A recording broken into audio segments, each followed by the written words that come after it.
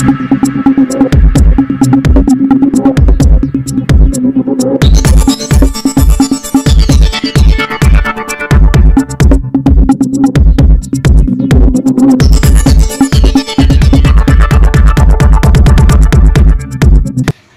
के चिता कैंप में फहाद अहमद के नेतृत्व में भव्य महाआघाड़ी संयुक्त मेलावा का आयोजन किया गया। इस अवसर पर मुख्य अतिथि के रूप में खासदार सुप्रियताई सूले, सपा विधायक अबू आसिम आजमी, खासदार चंद्रकांत हंडोरे, युवा नेता प्रज्योति हंडोरे, महाराष्ट्र सचिव एंड एडवोकेट नीलेश प्रकाश भोसले के साथ साथ भारी संख्या में कार्यकर्ता और पदाधिकारी उपस्थित रहे। इस अवसर पर बीजेपी पर निशाना साधते हुए नवाब मलिक पर तंज कसते हुए सुप्रियताई सूले ने कहा कि नवाब भाईवर ज्या पद्धतीने भारतीय जनता पक्षाने आरोप प्रत्यारोप केले, ज्या पद्धतीने त्यांना जेलमध्ये या सगळ्यांवर ज्या पद्धतीने डर्टी डझन म्हणून आरोप केले, त्या कुटुंबाची सुखदुःख मी पाहिलेली आहे। त्यांना जेलमध्ये असेल, हॉस्पिटलमध्ये असेल किंवा कोर्टात असेल, अनेक वेळा मी त्यांच्याबरोबर गेलेले सगळ्यांबरोबर। कुटुंबाचं दुःख त्यांनी आता सगळे क्लीन चिट सगळ्यांना देत आहेत, पण डर्टी डझन हा आरोप देताना नवाब मलिक आणि त्यांचं कुटुंब कशातून गेलेले हे मी फार जवळून पाहिले आणि त्याला जबाबदार फक्त आणि फक्त ही अदृश्य शक्ती आहे ज्यांनी हा अन्याय नवाबाईंवर केला।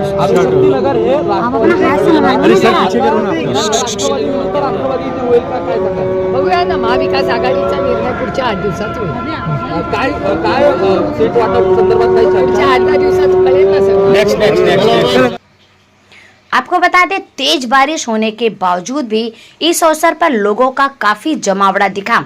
इस अवसर पर मुख्य अतिथि के रूप में आए खासदार चंद्रकांत हंडोरे ने लोगों को संबोधित करते हुए कहा कि आप महाआघाड़ी को जिताकर लाना है।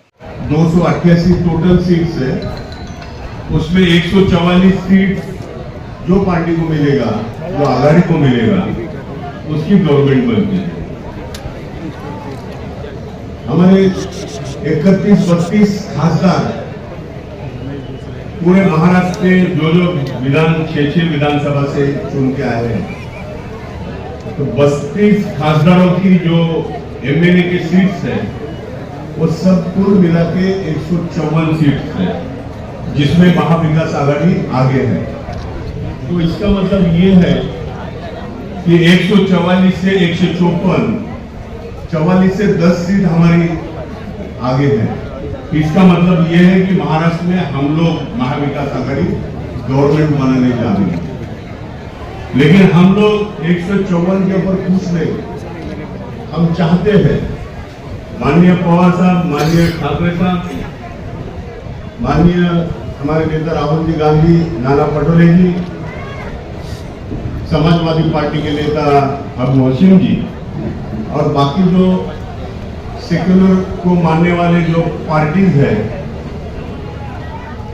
ये पार्टीज के सब नेताओं ने तय किया है करीबन 180-190 सीट कोई भी हालत में महाविकास आघाड़ी को मिल जाए, और उसी लिए हमारे सारे नेता काम पे लगे हैं। अब देखेंगे पिछले 10 साल में मोदी जी ने सरकार बनाया, लोगों को अलग अलग आश्वासन दिया, 15 लाख रुपए आपके अकाउंट में डालेंगे, हर साल 2 करोड़ बेरोजगारों को नौकरी देंगे, किसानों का जो उत्पादन होता है धान का उसकी कीमत दोगुनी करेंगे, महिलाओं को संरक्षण देंगे, गरीब दलित बहुसंख्यक लोगों को मदद करेंगे। दुर्भाग्यवश एक ही काम नहीं हुआ 10 साल में। लेकिन 10 साल में इन्होंने क्या किया? भारतीय जनता पार्टी, आरएसएस, विश्व हिंदू परिषद, बजरंग दल, इनको साथ में लेकर इस देश में जातिवाद और धर्मवाद को बढ़ावा देने का एक ही काम इन्होंने किया।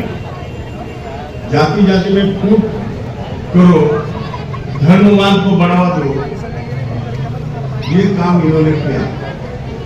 हमारे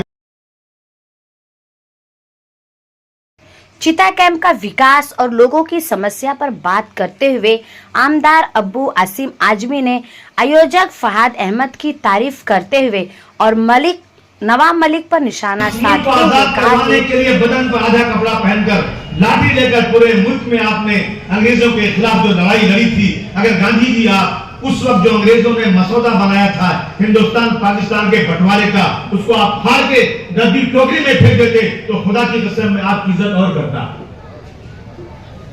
मुल्क बढ़ गया। जिस दिन मुल्क बढ़ा उसके फौरन बाद से बाबरी मस्जिद के अंदर मूर्ति रखकर हमारी मस्जिद को मिसमार किया गया। हमने बर्दाश्त किया सब चीज। हमें मौलाना अब्दुल कलाम आजाद ने चिल्ला चिल्ला कर जामे मस्जिद की सीढ़ियों से कहा था, मुसलमानों क्या तुम्हें याद नहीं, तुमने यहाँ की गंगा नदी में वजू करके यहाँ नमाज पढ़ी है? क्या तुम्हें याद नहीं तुम्हारे पुरखों की, तुम्हारे शहीदों की हजारों कब्रिस्तानें यहाँ पर हैं? चले जाओगे तो फातिहा कौन पढ़ेगा? मुसलमानों मत जाओ तुम ये छोड़ करके, चले जाओगे तुम्हारी मस्जिदें वीरान हो जाएंगी, अजान देने वाला कोई नहीं होगा। मत जाओ इस मुल्क को छोड़कर, तुम्हें ताजमहल का हुस्न पुकार रहा है, तुम्हें लाल किले की दीवारें चिल्ला रही है रुक जाओ, तुम्हें अल्लाह का वास्ता है तुम जाओ इस मुल्क को छोड़कर मत जाओ।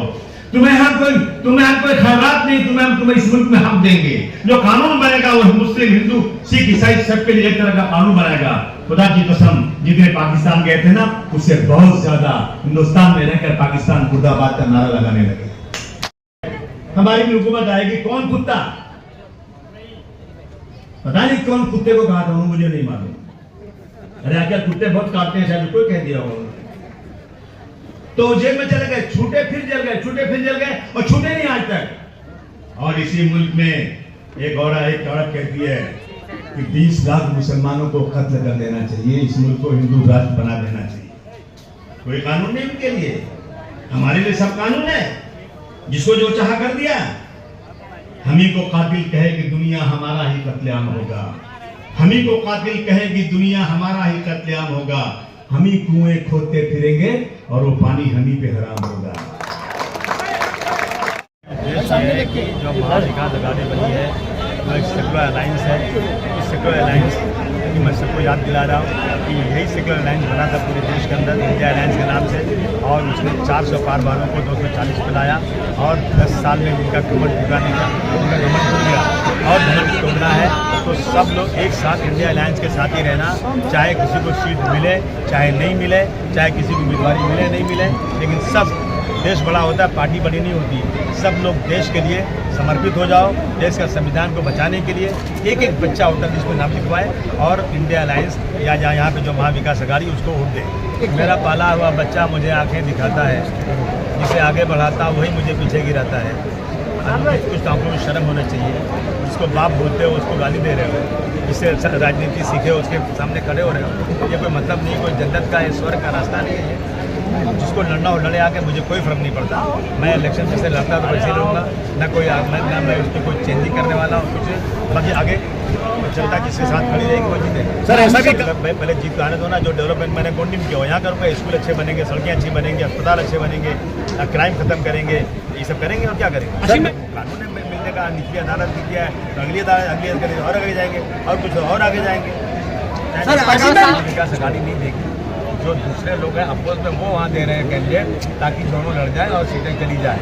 ये बीजेपी की रणनीति है कि जहाँ जहाँ माइनॉरिटी है वहाँ माइनॉरिटी दो और लंबा पैसा दो उनको ताकि खरीद लो। तो मैं समझता हूँ कि हम लोग बिकने वाले लोग नहीं हैं।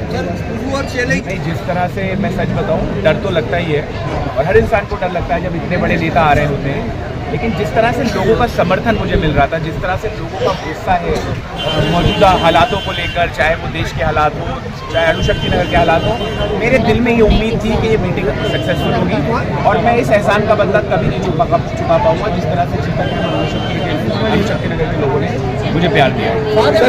सारे वक्ताओं ने जो बातें रखी है, क्या कहेंगे उन बातों का? कितना फर्क देखिए, बातों का क्रक्स ये है कि इस देश के संविधान को कुचला जा रहा है। इस देश के अंदर मुसलमानों पर, दलितों पर, आदिवासियों पर अत्याचार हो रहा है।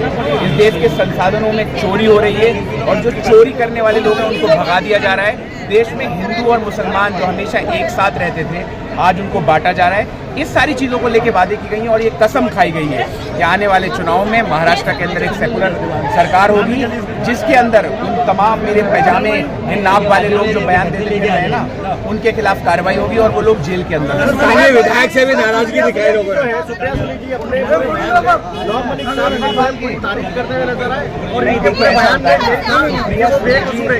सुप्रिया सुले जी बहुत अच्छी वक्ता है, वो एक बहुत ही संवेदनशील औरत है। आप उनका कोई सा भी स्पीच जो उठा के देखेंगे, वो उन्होंने प्यार से कहा, उन्होंने कहा क्या नहीं किया हमने आपके लिए। संजय रावत जी भी जेल गए थे, अनिल देसाई जी भी जेल गए थे, वो तो बीजेपी में जा सकते थे, वो क्यों नहीं गए थे? आज मुझे लगता है जहां इज्जत ना हो ना, अबू आसिम आदमी साहब ने बात सिखाई है कि जहां इज्जत ना हो वो बैठना नहीं चाहिए। और मुझे अफसोस होता है नवाब मलिक साहब आज वहां बैठे हुए हैं जहां उनकी कोई इज्जत नहीं है। तो आपकी भी टिकट की चर्चा हो रही है, क्या मुद्दे लेकर जाएंगे आप? देखिए, मेरे अध्यक्ष अबू आसिम आदमी साहब ने बात बोली है, समाजवादी पार्टी पुरजोर तरीके से सीट को मांग रही है। आज हमने अपनी ताकत महाविकास आघाड़ी के लोगों को दिखाई है, ये सीट मिलेगी तो ये सीट हम आपको जीत के जनता की झोली में डालने का काम की बात यह है कि मैं क्योंकि एक रिसर्च स्कॉलर हूँ, मैंने अपनी साथियों की एक टीम, मैं खुद लोगों से जाके, मैं मानता हूँ कि जो पॉलिसी होती है ना, वो एसी के कमरों में बैठ के ना बने, वो जमीन से बने।